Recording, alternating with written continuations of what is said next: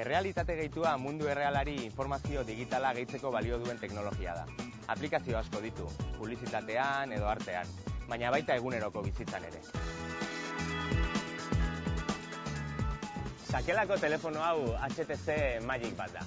Layar izeneko aplikazio bat jaitsi dut kale izendegi virtual gisa erabiltzeko. Adibidez, Donostiako edozein aldetara kamerarekin begiratzen badut, inguruan ditudan saltoki, jatetxe eta autobus geltokiak erakutsiko dizkit.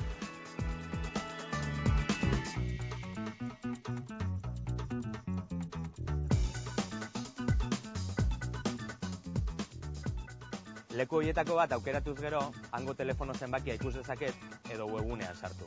Eta ara joan nahi badut, bide motzena zein den erakutsiko dit. Google Mapsek egingo lukeen bezala.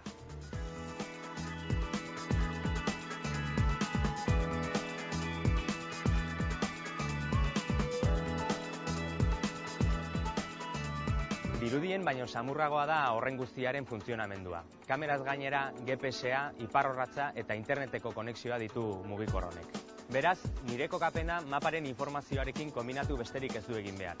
Gainera, baditu sentsore batzuk telefonoari ematen ari naizen inklinazioa detektatzen dutenak.